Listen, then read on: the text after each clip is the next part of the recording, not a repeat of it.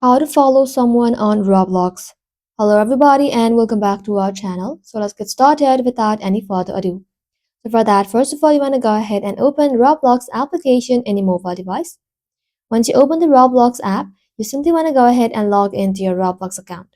So once you're logged into your account, simply go ahead and tap on the search icon and then search for the person that you would like to follow on Roblox.